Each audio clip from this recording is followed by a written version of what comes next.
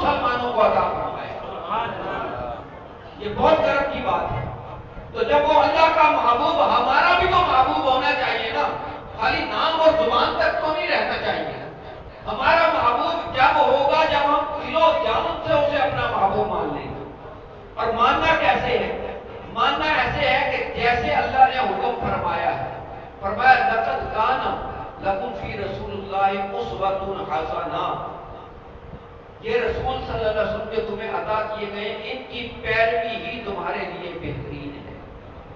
یہ نہیں ہے کہ یہ معاذ اللہ کہا جائے، ترجمہ ہے اپنی جگہ کیا ہے علماء نے کہ یہ نمونہ بنا کر بھیجے گئے ہیں. نمونہ ہم اپنے لیے لفظ پسند نہیں کرتے تو حضور کی ذات کے لیے کیسے بناتے ہیں؟ سمجھے نا؟ اعلیٰ درجے کی، کیونکہ ذات اعلیٰ درجے کی ہے تو اس لیے جملہ بھی اعلیٰ درجے کا بیان کرنا چاہیے. کیونکہ ذات مصطفیٰ صلی اللہ علیہ وسلم لفظ اردو میں